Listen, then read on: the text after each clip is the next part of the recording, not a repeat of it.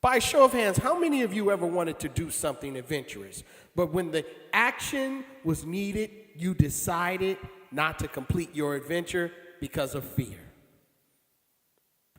How many things that you failed to do because of fear? Ladies and gentlemen, as you already know, fear has robbed many people of living and experiencing an adventurous and exciting life. And because of that fear, it has stopped people from writing books, completing their education, starting new businesses, or just beginning again with new relationships.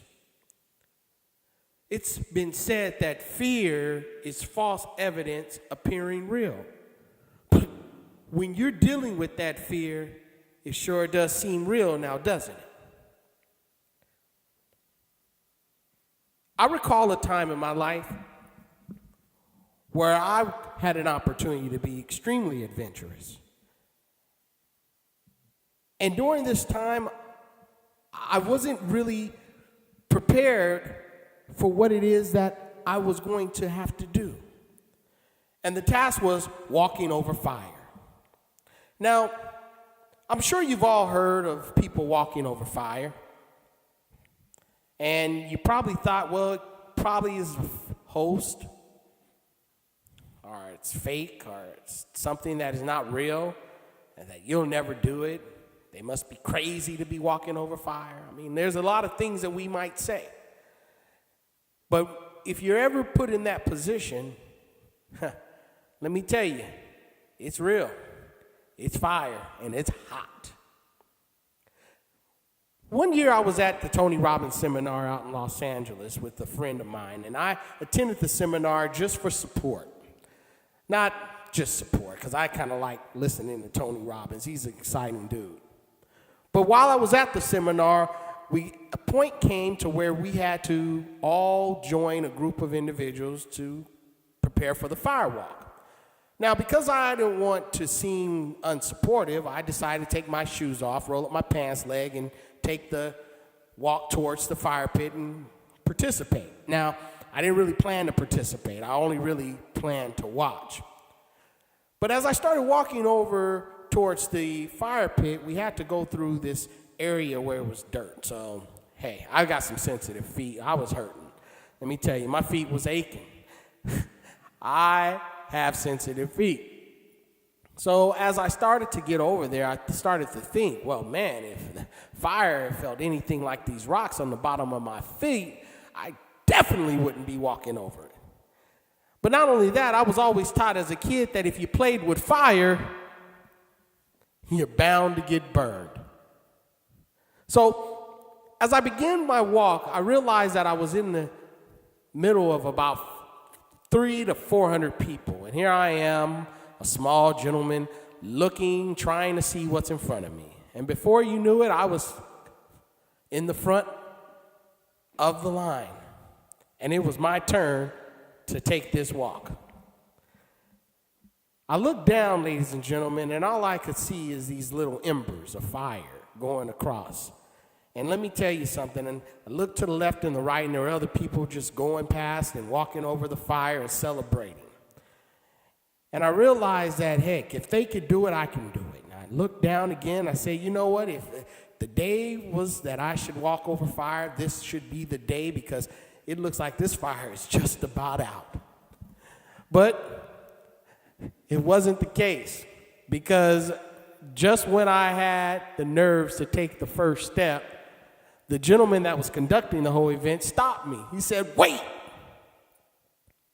And this guy stood about 6'4", 6'7". He looked like a giant, had a shovel and a barrel full of hot, fiery coal. He proceeded to take his shovel and place it in the barrel and scoop up the coal right in front of me and place it right on the ground and began to pack the coal until flames started shooting from the coal right in front of my feet. At that point, ladies and gentlemen, I was stunned, to say the least. I wanted to just run. And then I realized that I was about to get burnt up. So at that very moment, I turned to my buddy and I said, guess what? I'm not walking over that coal. You go. And I got myself out of line and I stood to the side. My friend proceeded through the coals and he celebrated. Now, I felt a little ashamed because if he could do it, I knew I could do it. But again, I was not prepared to walk. He was. So as I stood there in line, watching everyone else walk, and I was on the sideline, I started thinking to myself, wow, how many other opportunities have I allowed to escape me because of fear? So as I stood there, a lady grabbed me and she said, hey, you can do this. Get back in line. You can do this. And she gently placed me back in line. And as I stood there in line, I thought to myself, how many opportunities have passed me by because of fear? How many things have I allowed in my life to stop me because of my fear? Hey, if they could do it, I can do it. If they could do it, I can do it. And I kept telling myself this. But then I started thinking about the pain of what if syndrome. You know, what if I get burned? What if the fire catches on my pants leg and I lose my pants? What if my feet get scarred? I mean, all these thoughts started racing through my head and I started to really panic.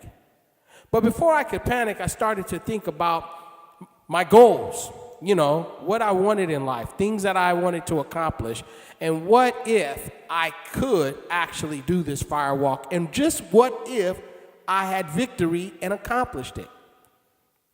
How many people can brag to their friends and family member that, yeah, they actually walked over fire? Well, ladies and gentlemen, it was my turn. So I looked up in the air and I said a prayer. I said, Lord, please don't let me burn up my feet. Please, Lord, please. And I started walking. And as I took the first step and the second and the third, I realized that it was as if I was breaking bondages off of my life. It was as if I was making decisions and taking a step that would propel me to a much brighter future. It was as if that there was nothing ever in my life that I couldn't accomplish because of this one accomplishment. Because, ladies and gentlemen, what I realized at the end, when I finished the walk, I looked down, I wasn't burning. I wasn't on fire. I was actually safe. So I began to celebrate. I hit my chest and I said, yeah, I did it. It's done. It's done. And then I started walking back, celebrating with all of my friends, realizing our accomplishment. We did the fire walk. And as I started thinking about what it was that I did, my feet started to tingle. And I felt a little heat up under my feet. And then I realized something. That our mind can create anything that we think of. As a man thinketh, so is he. If I thought that my feet were going to be on fire, best believe I would have experienced fire. But because I thought that I was going to be successful and I was going to complete this obstacle, I was able to achieve it. You see, when I asked you the question, how many things that you failed to do because of fear, a lot of you started thinking about your past life. But I'm here to tell you, ladies and gentlemen, that you have the ability to accomplish anything that you choose to accomplish. First, you have to do a couple of things. One is you have to take massive action on the things that you want. You can't just sit around and talk about what you're going to do.